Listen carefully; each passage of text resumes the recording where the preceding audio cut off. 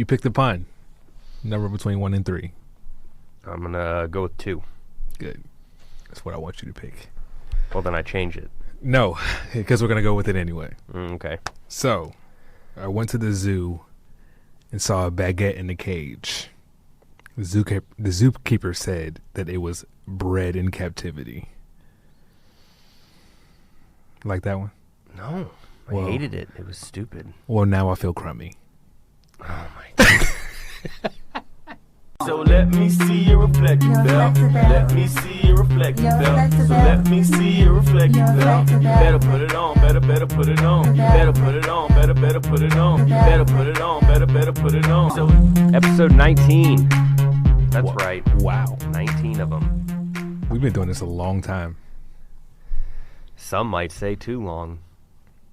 But not I. I was going to say not I. We've been doing this so long, we think alike now. That's scary. We need to cut that out. All right, cool. We have other people that can do it anyway. Yeah, we should make them do it more. Yep. Because I'm sure you're sick of seeing us.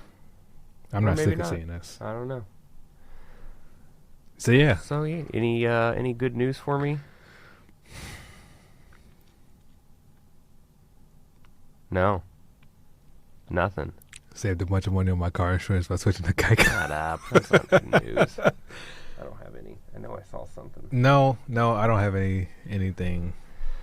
But I do want to say that Jump Force, which is like the Dragon Ball Z, this new video game or whatever, they held a open beta all weekend, and then they realized that they weren't prepared for that many people to try out the game, so nobody got to try out the game.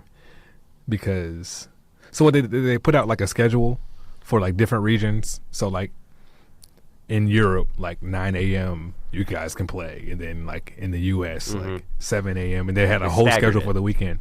They canceled it after day 2 because they just were not ready for the amount of people that come through. Yeah, I guess they don't know how big their fan base is.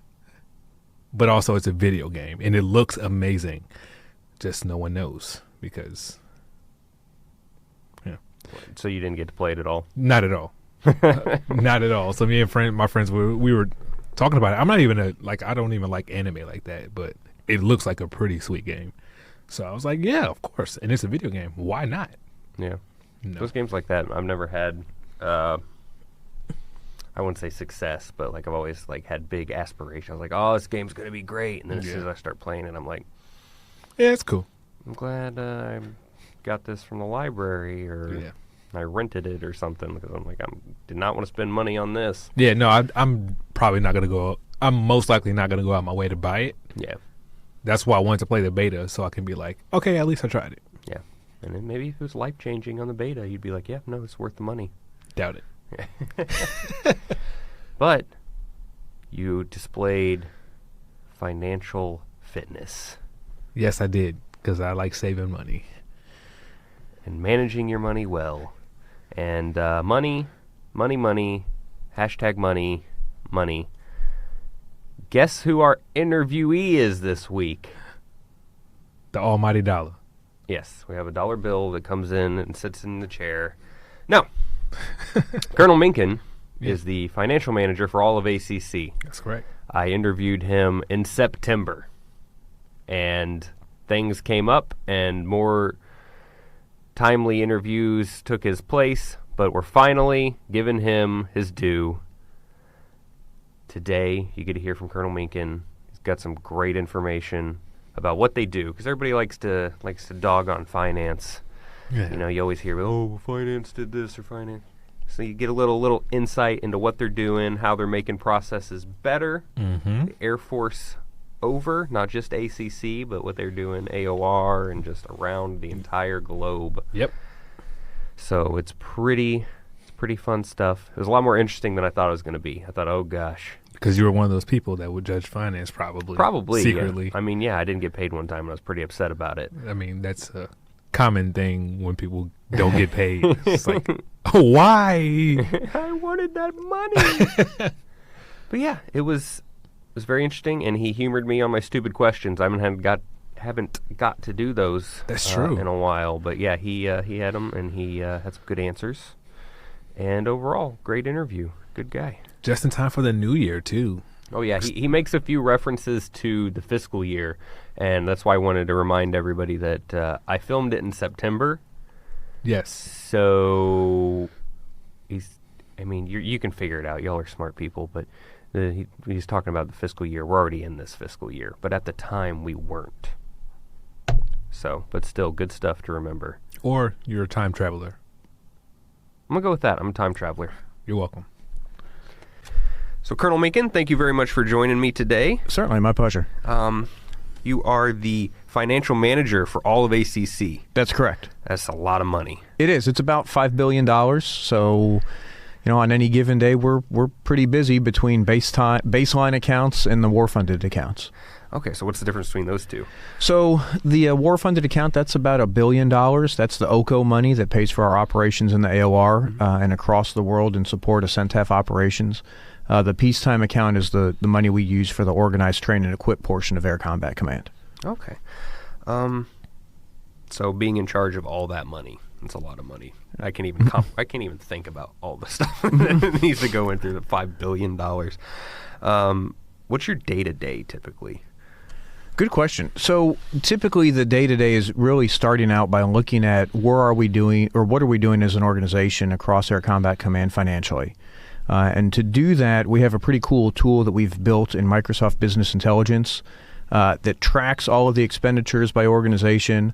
But it doesn't just report the news, because in the past, Air Force financial management's always been about reporting the news and what happened, a month ago or what happened 3 weeks ago. But I don't read the USA Today from 3 weeks ago. It's really not that interesting. What I'd rather do is I'd like to see what the news is going to be 3 weeks from now so I know what I need to do and to plan for. So the business intelligence tool that we use that I look at first thing every day has the ability to predict where the organizations are going across the command, where are some potential financial challenges, sort of predict the pitfalls in the travel of the fiscal year, if you will, before they happen. So that's typically how I start my day, and that's pretty key to making sure we're on track across the command. How accurate is that thing normally? It's freaking awesome. Yeah. So what it does is it actually takes the data nightly from the two accounting systems that are capturing all the financial transactions in the Air Force. It's owned by the Defense Financial Accounting Service. We pull their data every night and run it into the back end of a Microsoft product and then cram it into Microsoft Business Intelligence on the front end, so we have an accurate report every day. Man, that's awesome. It's pretty good stuff. It's not like a weather forecast where it's like at any given time I could go on TV and be like, it might rain today, right? And I couldn't get fired. Yeah, so we try to be a little more accurate than that. As we continue to add to that tool, the fidelity of the data will get better. So one thing we don't have in there right now is the ability to predict when people are going to spend their money. So, at your home, you've got more expenses in the birthday month for the kids or more expenses at Christmas time. You don't spend the same amount of your budget every month of the year. But in financial management in the Air Force, we still presume that everybody does. So what we want to do is we want to add the ability to let the bases and the wings tell us when they expect to spend their money. And then we can really determine, are you ahead or behind of where you need to be versus just an arbitrary, you got to spend 8% a month to get to the end of the year. Okay. So with that just sounds perfect. So that would help also variables because, if one unit is going to end up spending more here, but this unit isn't going to need to spend more, are you able to, make sure they have this money now and then they can have this guy's going to have that money later? Yep. So you're spot on. So you could wear an FM badge for what you just said, which is pretty awesome. So what we call that is cash flowing. And, we only have so much money, and sometimes we get money later in the fiscal year as Air Staff releases it to us. So you're exactly right. We have to move money between different checkbooks during the fiscal year, and that helps us see when our individual wings are actually going to run out of cash without them having to call the day they're actually out of cash for help. Okay, yeah. I used to be at a helicopter rescue squadron, and I knew that we knew when we were going to deploy, but it always seemed like everybody was like, "Oh, we got to figure out this or whatever. We got to spend this money now because we have it." Right. So what are we going to need in the future? And I'm just like, eh. Yeah, well, and that's a good point because what you're talking about is really a significant change that's happening in financial management across the Air Force. Typically, what we see in the end of the fiscal year is a whole lot of money come down from air staff, and then the wings get money from the headquarters, and everyone goes out and buys toner, paper, flat screen televisions, kayaks, and goodness knows what else we buy, right? And in the big scheme of things, we do it because there's all this money that's got to be spent in the last 3 weeks of the year. But are those really the most important requirements? Probably not, especially when you end up throwing out half the toner a year later because you don't have the printer anymore. Yeah. So as we get into FY19, fiscal year 19, I think we'll see a lot of what we saw in fiscal year 18, which is not a whole lot of money come to the commands from the air staff late in the fiscal year. We'll get a pretty good chunk of what they owe us at the beginning of the year, and that lets us plan for the next 12 months. So the key is you've got a budget, plan for 12 months on how you're going to get to 30 September at the end of the next fiscal year without expecting a whole lot of money to come down from air staff and headquarters so that you can have a good plan versus hoping for cash at the end of the year. Perfect. Sounds like we're finally starting to think. Yeah, well, you're exactly right. It's about putting a plan to financial management. It's actually managing the finances versus just saying, geez, what happened over the last 3 months? And that's actually a good point you bring up, because within ACC Financial Management, one of the things we've been working on really hard is building that strategic plan and that strategic calendar. We know when the major drills are going to happen in financial management every year. They're not a surprise. Yeah. But every year we tend to walk into work and go, oh, geez, where did that come from? What happened? Right. So when was that going to show up, right? So that happens every year, and we really need to be thinking 2-3 months ahead so that we're postured for success versus, I call it financial management by muscle spasm, which is, we're just freaking out the last minute because we got to get something done. So that's been one of the big efforts we've been working on here at ACC FM and partnering with our folks at the Air Staff to help us build that strategic plan so we can stay ahead of the next drill. Okay. So for financial management, as far as like your airmen, here I'm sure it's a little different being at a MAGCOM, but is that all the finance squadrons across fall underneath you guys? Yeah, great. Yeah, that's a good question. I know they get a lot of flack, because when they do their job right, it's like, good, you did your job right. Correct. But when something's wrong, then everybody's mad.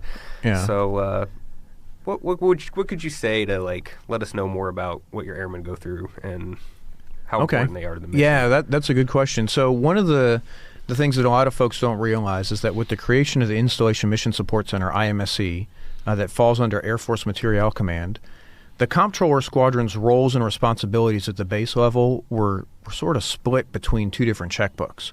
So before, all of the money for ACC operations came to ACC headquarters, and then we sent it to our Comptroller Squadrons, and they executed it for the wings. Under the IMSC construct, the wings now have two checkbooks. They have a checkbook to run the base operating support, the city infrastructure type things that you have on a daily basis, that runs through IMSC, and they report to IMSC for it. And then they also have a checkbook that they get from ACC for all of the mission operations, all the iron and the cyber operations and the intel operations that we have within Air Combat Command. So when you see those airmen, they're working for sometimes two different bosses on any given day. The military pay, the customer service, the stuff that you typically go to the counter for within financial management, comptroller squadrons, that's all owned by the IMSC now. But ACCFM stays engaged with them to help them as best we can. Okay. And one of the things that's really exciting within ACC, FM, and financial management across the Air Force is finally building a standard customer service kiosk. So you've probably been to a comptroller squadron for a pay or whatever, and some of them have a notepad that you sign into. Mm-hmm. Some of them have a key computer that you sign into, but none of them are the same. So it'd be like going to Chick-fil-A and every Chick-fil-A franchise having a different point of sale system. So we can't see across the Air Force enterprise, why are people coming to the counter? Why do people have common reasons? Exactly. Coming in? Yeah. So why don't we take that data, capture it across the enterprise, and maybe there's some training and stuff we can do to help our customers so they don't have to take time off, from their day-to-day job to come over to finance for an hour and watch reruns of, Up or whatever other Disney movies playing. Right. Fixer-upper. There you go. That makes a lot of sense. I always just assumed, hey, this is just a way that they can have a checklist of people. And then if it's on a computer, it's so that they don't have to come up and read it and try to read my handwriting that's awful. Well, and that's how it started. And folks realized there was some benefit to using it to capture why customers are coming to the lobby or capture how long they're waiting. But one squadron is really not a good data point, when you think of the number of installations in the Air Force. Yeah. Well, that's awesome. Again, good news. Recently announced 386 squadrons across ACC. We're just blowing up. Right. How does that affect you? Any plans? How does that make you divvy up this money any differently, or is it? Well, that's a good question, and we're still working our way through the 25th Air Force merger with Air Combat Command and smoothing out the financial processes for that. With the 24th Air Force coming into ACC, there's going to be a lot of work that needs to be done. Their staff has been amazing in helping us with that transition, and so has Space Command, in helping us get the accounts transferred. So think of it as like changing banks, if you will. So you move from one credit union to another. You've got to have all new credit card numbers. You need all new checkbooks, all your pay, all your deposits. Everything's got to be changed. Same thing in the Air Force financial systems. So when the 24th comes over to us, or has come over to us, starting FY19, 1 October of calendar year 18, they're going to have all new checkbook numbers. And that's been a lot of work by the folks across ACC to fix that. The one challenge that the 24th Air Force brings with it, and it's not something they've done because they're awesome, it's the lack of funding in the out-year budget to cover their mission. Space Command knew about it. Air Force corporate structure's been working to fix it. But there's about a $200 million bill between what's programmed for them to get in the annual budget and what they actually get. And that'll be one of the challenges that we have to work our way through in fiscal year 19. Well, I'm glad you're in charge of that, not me. Oh, come on over and help if you want. I got that one little thing earlier. That's about the extent of it. So how long have you been in this position? You're fairly new, correct? I've been in it for a little more than a year. But for me, what was a surprise was the size of Air Combat Command. I never honestly expected to be on the road as much as I was. But it's been a great thing to be able to get out and see our Comptroller squadrons and see those airmen across Air Combat Command. We've even spent a couple weeks out in the CENTAF AOR to visit our Comptroller squadrons and deployed financial managers out there also. And we've kicked off a whole lot of process improvement work in the CENTAF AOR too. A million years ago, when Major Minkin was the squadron commander at Al Udeid for the Comptroller squadron, the processes then look a whole lot like the processes now. Not a lot has changed in the several years that we've been in the AOR. So we've started a concerted effort with the master black belt that we brought onto our staff to go out and figure out how can we do things better in the AOR to help the customer. Not just financial management, but more importantly, the entitlements getting started on time, saving deposit plan, folks getting the right leave balances, combat zone tax exclusion process quickly. Just a myriad of things that impact our customers downrange financially that we really don't want them to be worrying about when they're downrange. They need to focus on the mission. So there's been a concerted effort. It's really a 2-year plan because there's that many things that we found as we kind of wandered around the AOR to different sites, and we put them into a 2-year strategic plan. And we've gotten after about 3 big projects so far. We'll start tackling a couple more in the next month or so. So if you re-enlistment bonuses, if you re-enlist in the combat zone, would be handled there, or is that a back home? That's part of what we're looking at. So that used to all be done in theater, prepared in theater, and then sent back to Shaw for processing. And those are things that we're looking at. Is there anything magical about CENTAF rear processing it? Why can't CENTAF forward process it? Do we have the right folks, the right permissions, the right authorities in the computer systems to do it in theater to make it faster? So that's exactly the type of stuff we're looking at. Same with government purchase cards. We did a quick process. Well, I shouldn't say quick. It took us all day to map out the process because no one really knew how they bought stuff with the government purchase card in theater at this one installation we went to. We brought in contracting, we brought in FM, we brought in some card holders, and it was about a 42-step process just to buy something as simple as a 10-cent washer. That doesn't make a whole lot of sense. It's supposed to be agile and lean and quick. So we've got some work to do to make those things better for our customers. Okay. We've pretty much hit everything as far as financial management goes, and I've learned a lot already. Well, great. And I'm liking what I'm hearing because I'm just like everybody else. Most of the time, I only think about it is when my pay gets dropped or Right. something. And like I had one time I didn't get paid anything, and I about blew my top. Yeah, that's never a good situation to yeah, be in. I was like, they were like, oh, well, you know, your re-enlistment didn't go through in the proper time, and I was like, yeah. well, yeah. So what? I think you've touched on a lot of it, but is there anything that you would send out there that maybe I haven't asked you or haven't brought up? I think the big thing is for folks to take a mindset of when they see processes, whether they're financial management or personnel or even in their own shop, to have this mindset of how can I do it smarter? And having the moral courage to ask the tough questions. Say, hey, what can I do better to make the Air Force better any given day? We're the world's biggest, strongest, most powerful Air Force the world has ever seen. And we got that based off of ingenuity and, creative pioneers that are part of our heritage. And that needs to continue. That legacy needs to continue. And it goes all the way down from the most senior general officer to the youngest airman that may have just graduated from boot camp that doesn't have a single stripe on their sleeve, but sees something and goes, why are we doing it that way? Our folks bring a lot of talent to the table, regardless of if they're commissioned or non-commissioned. It doesn't make a difference. Our folks have amazing skills and talents and abilities. And as leaders, as officers, as a senior NCOs, we need to welcome that and listen to the ideas that they bring so that we can make our processes better across the Air Force and improve our combat effectiveness. Okay. I will say, I can't remember his name. I went to I went to finance one day. Okay. And the guy that helped me, he had the best radio voice I'd ever heard in my life. Okay. This was before I cross-trained into this, but I was like in the process, and you have to do a voice test. And when Right. I went in there, I was just like, man, he's got the best voice that I've ever heard. And then I called their helpline. Right. And it was him. And I was like, yes, somebody did something right. That's awesome. They put him on there. I was Yeah. like, that's genius. Yeah, well, I've been told that I have a face for radio. Yeah, I get that all the time. Yeah, me too. They were like, Yeah. stop recording it and Yeah. just do the podcast, you ugly mug. I'm like, that's not true because nobody ever comments on anything. Well, see. What the heck? Yeah. I'm always asking for comments, but nobody ever does it. Would you like to humor me with some stupid questions?